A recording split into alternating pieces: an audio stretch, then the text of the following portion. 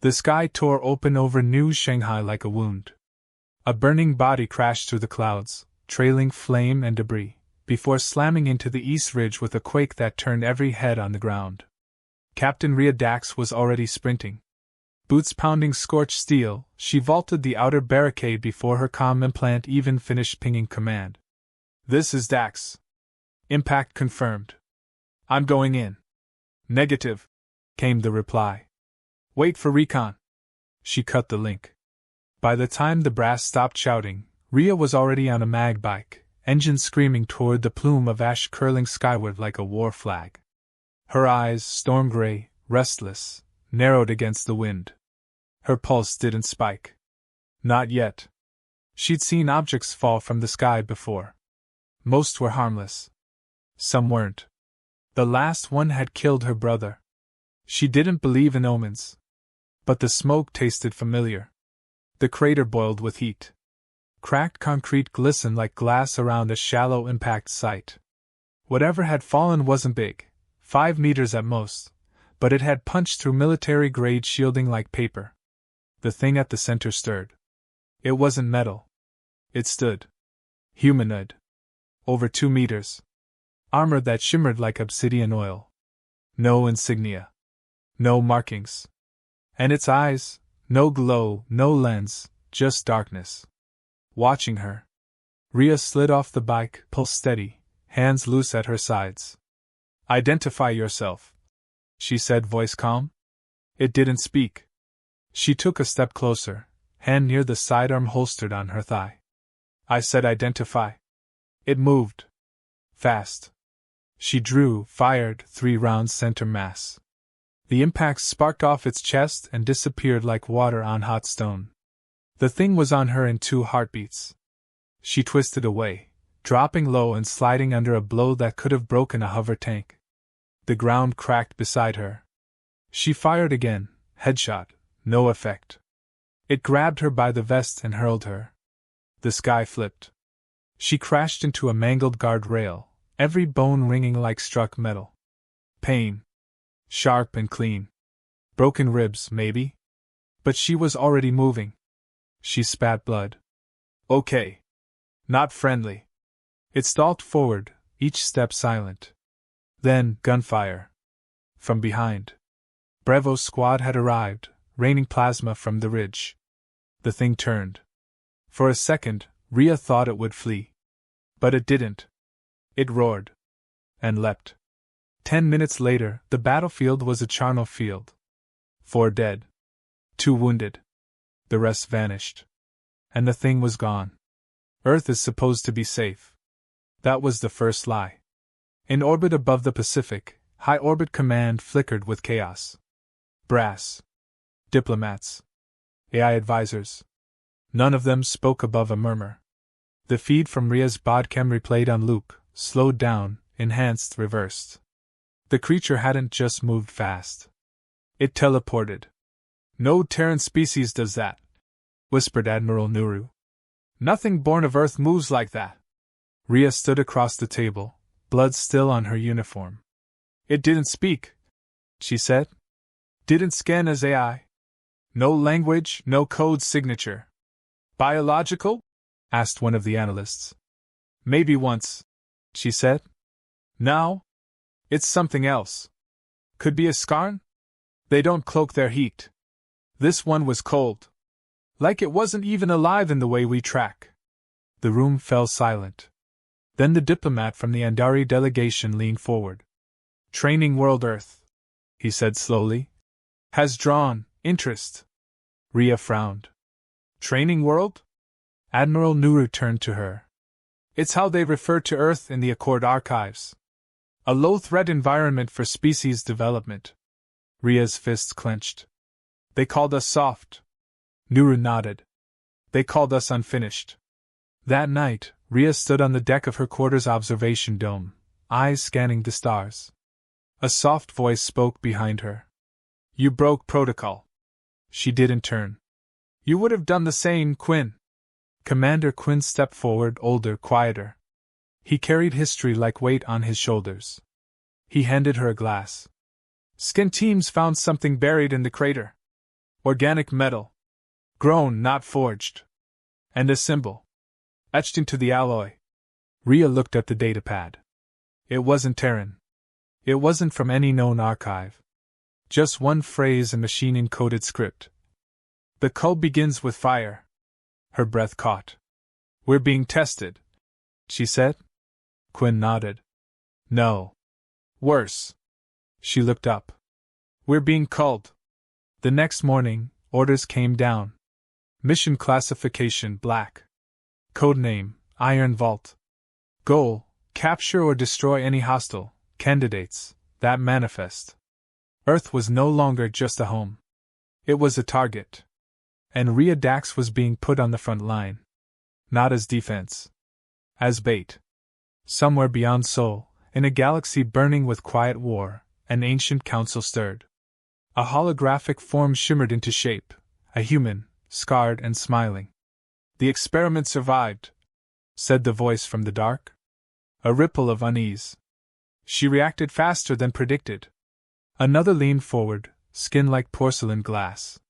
So Earth wasn't just a cradle. No, said the first. Earth was a forge.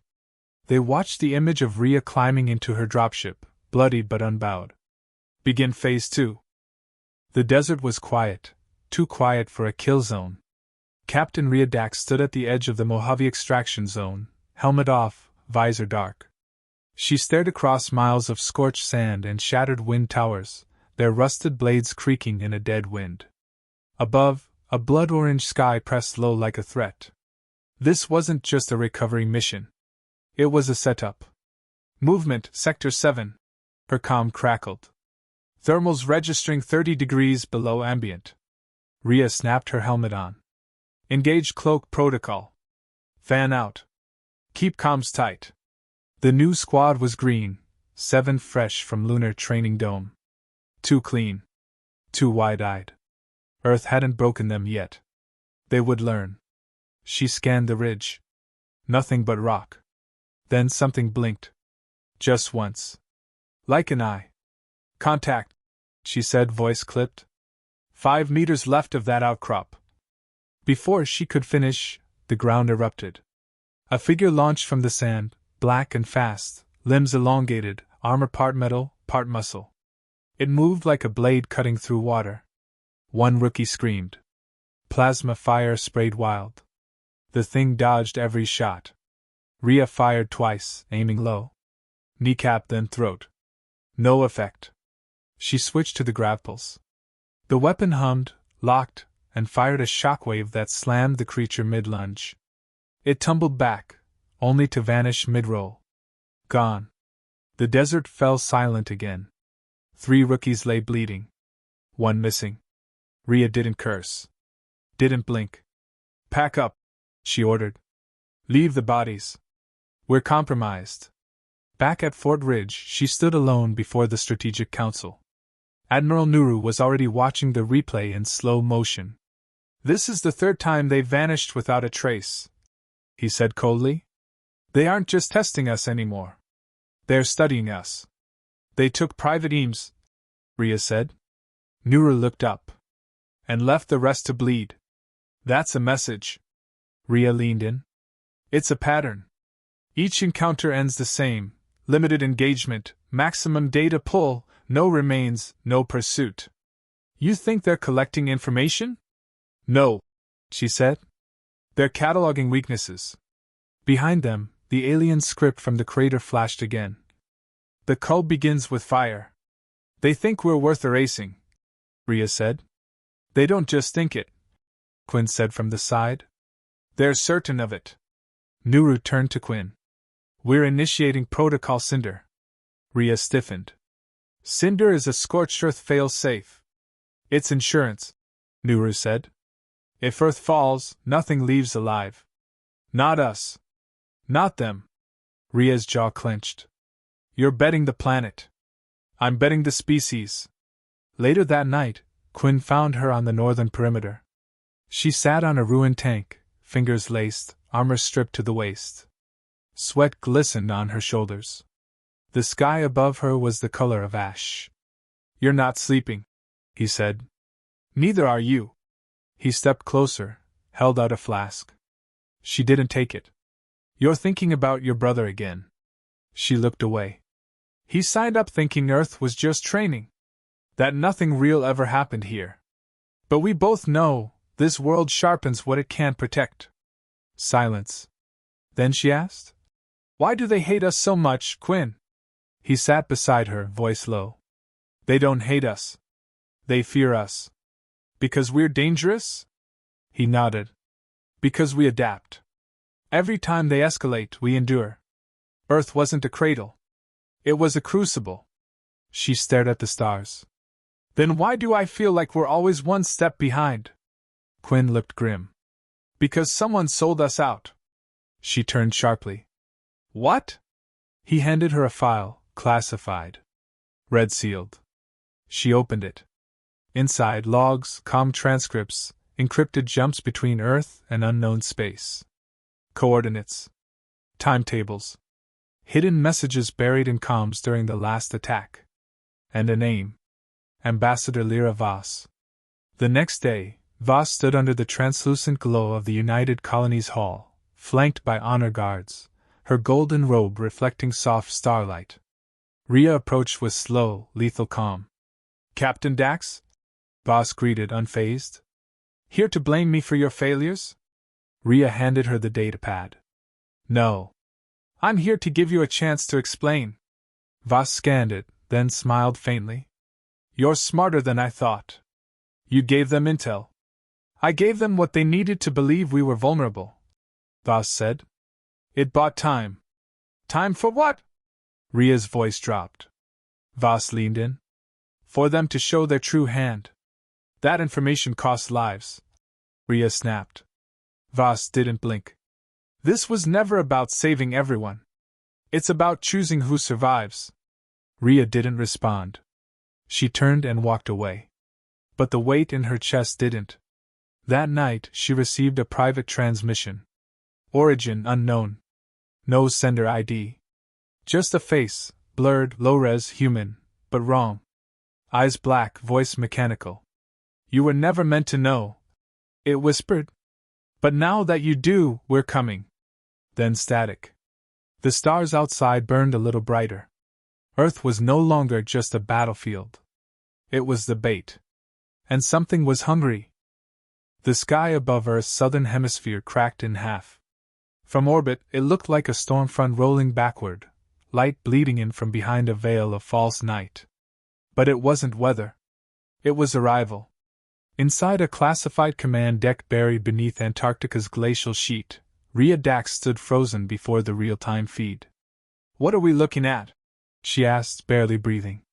A technician replied, whispering as if afraid the signal would hear him. "Not a ship. Not a fleet." Rhea turned to Admiral Nuru. He nodded grimly.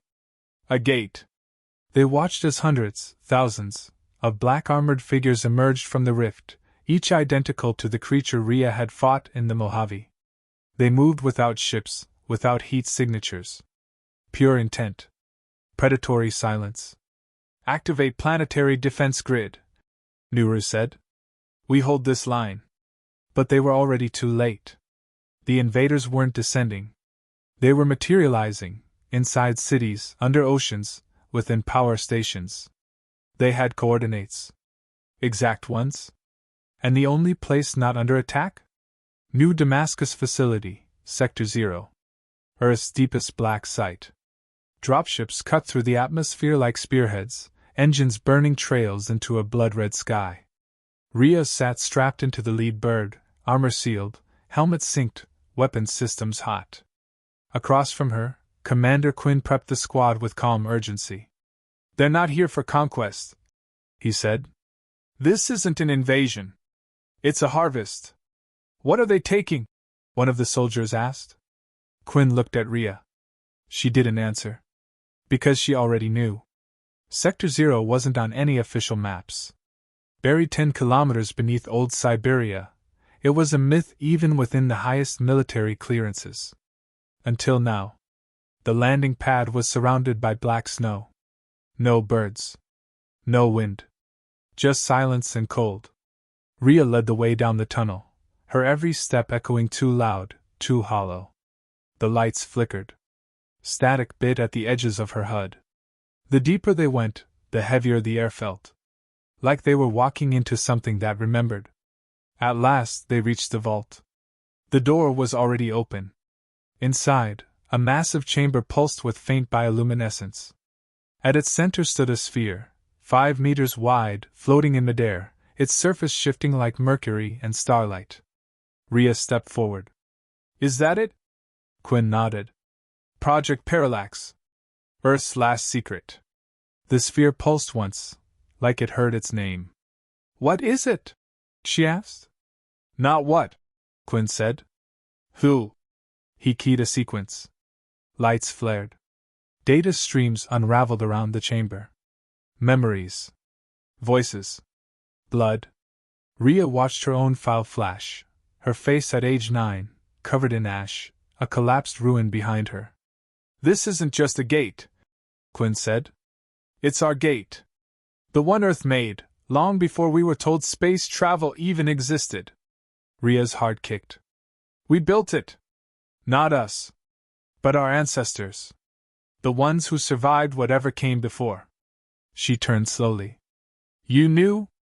"I suspected. That Earth was never chosen as a training world. It was sealed. Locked away. Because what's inside us, they're afraid of it." Before she could speak, alarms howled. Then they came. The walls cracked. Shadows poured through. Creatures phase shifted into the chamber like ghosts. Black-armored eyeless, silent. The Cull had found them. Gunfire erupted. Plasma bolts tore into the darkness. One soldier screamed, then vanished. No blood. Just gone. "Fall back!" Quinn shouted. "Protect the core!" But Rhea stood still. The sphere pulsed faster now, as if recognizing her presence. Then she heard a voice, inside her skull. "You are forged, not born. The code runs deep." She dropped to her knees, clutching her head. Visions hit her, flashes of old Earth, jungles of steel, cities swallowed by light, beings that were not human, yet bore human faces. "You carry the fault line. The spark. The failure they fear will ignite again." "Rhea!" Quinn shouted. But she stood, eyes wide, unblinking. Her voice was hollow. "They didn't come to destroy Earth." She looked up at the sphere, now glowing violently. "They came to make sure we never remember." A creature lunged for her. She didn't move. The sphere reacted first. Light exploded, raw, blinding. The impact vaporized the attacker midair. Around her, the other invaders paused, just for a second. It was enough. "Now!" she yelled. Her squad regrouped, forming a tight perimeter. Quinn dragged a wounded Marine to cover. "How did you do that?" he asked. She stared at the sphere. "I didn't." "It did." Another pulse. Then a doorway opened in the wall behind the sphere, a tunnel descending further. Quinn met her eyes. "A choice." She nodded. "Either we destroy this thing, or we use it." The deeper tunnel was not built by humans. The walls shimmered with symbols not found in any archive. Time felt slower here. Gravity looser. At the end stood a chamber. Empty. Except for one thing. A mirror. But it didn't show Rhea. It showed another version of her. Older. Hardened. Wearing armor she'd never seen. Eyes glowing silver. Quinn whispered. "Is that?" "No," Rhea said, voice steady. "That's who I was supposed to become." Behind them, the Cull broke through the first defense layer. Explosions echoed. Screams. Then silence. Rhea looked at the mirror, then at the sphere glowing behind her. And she understood. This wasn't a weapon. It was a memory lock. And if she stepped through, she'd remember what the universe buried. At a cost. "Rhea," Quinn said. "You step into that, you might not come back." She smiled faintly. "That's the point." Then, without another word, she walked into the mirror. And the world cracked. Outside, as Earth burned and the Cull descended like judgment, A ripple of light burst from the Siberian tundra. The clouds split. Satellites fried. And every Cull unit within 10,000 kilometers collapsed. One word echoed across all frequencies. Awakened. She fell through time. Not space. Not memory. Time. Rhea Dax was nowhere and everywhere, watching Earth burn in reverse. Skyscrapers reassembled themselves. Oceans healed. Ash turned to air. The stars moved backward. She stood in a city of obsidian towers and silver spires. No humans. Only them. The ones who built the sphere. The ones who locked the gate. A voice echoed around her, genderless, ancient. You seek the origin. But origins are fire. And fire forgets. Rhea turned. She was not alone. A figure stood in front of her, same face, same voice, same eyes. Herself. But not as a soldier. This Rhea radiated calm. Power. Memory. You are me, Rhea said. The other her nodded. The part they cut away. Rhea frowned. Who are they? The other stepped aside, and the wall behind shimmered, revealing scenes like windows. Armies marching. Worlds falling. And Earth standing alone. They feared what we could become. So they reset us. Wiped Earth clean. Why? Because humans don't just survive, she said. We evolve. We learn from pain. We weaponize it. And we pass it down. Another image, children training under stars, laughing, bleeding, rising again. This was never a training world, her other self said. It was a prison. And the key was inside you. Rhea stepped forward, watching her entire history flicker. Wars, plagues, peace, betrayal. What happens if I remember everything? She asked. The other smiled. Then you stop being the test. Her eyes opened. She was back in Sector 0. But everything had changed. The sphere no longer hovered, it followed her, orbiting like a moon. Quinn staggered back. Your eyes. They burned with silver light. Where are the Cull? She asked. He pointed to the display. They're retreating. Globally. Fading out. Rhea stepped to the console. Her fingers moved instinctively, tapping symbols that hadn't existed in any human language for 100,000 years. What are you doing? Quinn asked. Reactivating the failsafe. You said it wasn't a weapon. It wasn't. A pause. It is now. Above Earth, the rift that had opened to birth the Cull pulsed, erratic, unstable. Then it twisted. Something massive pushed through. Not a creature. A construct. A living station. Shaped like a skull fused with cathedral spires.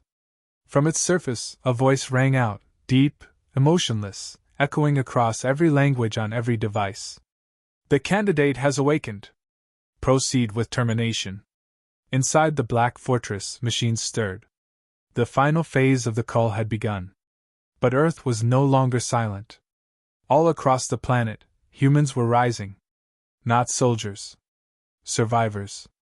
In flooded cities, in glass deserts, in orbital colonies, people stood up. The Cull's weapons no longer worked. Rhea had rewritten something in the grid. A signal.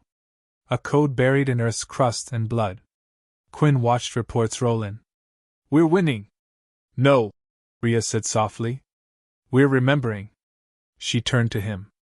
I need a ship. One that can breach the construct. He nodded. I'll prep the Nova Fawn. Hours later, the ship pierced atmosphere, straight toward the enemy station, flanked by drone escorts and outdated fighters retrofitted with last-chance firepower. Inside the cockpit, Rhea strapped in. The sphere floated behind her like a silent companion. You don't have to do this alone, Quinn said through the comms. I already did, she replied. Once. As the station opened its maw, layers of antimatter cannons unfolding like petals, Rhea reached for the control matrix.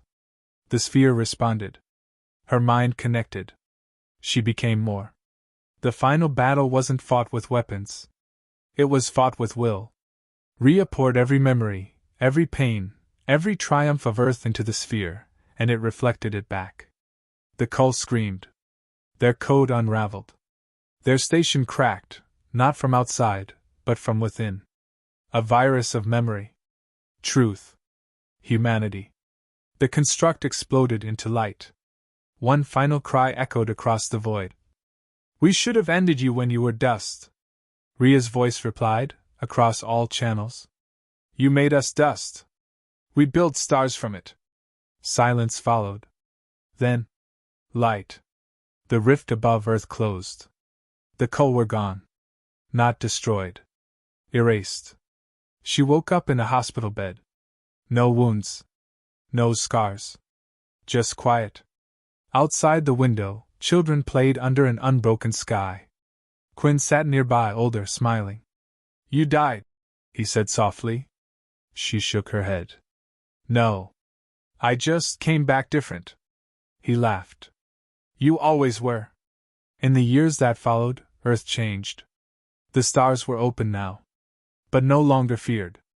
And in every training dome, cadets were told the truth. That Earth had been called weak. Passive. Primitive. They were wrong. It wasn't a training ground. It was a trial.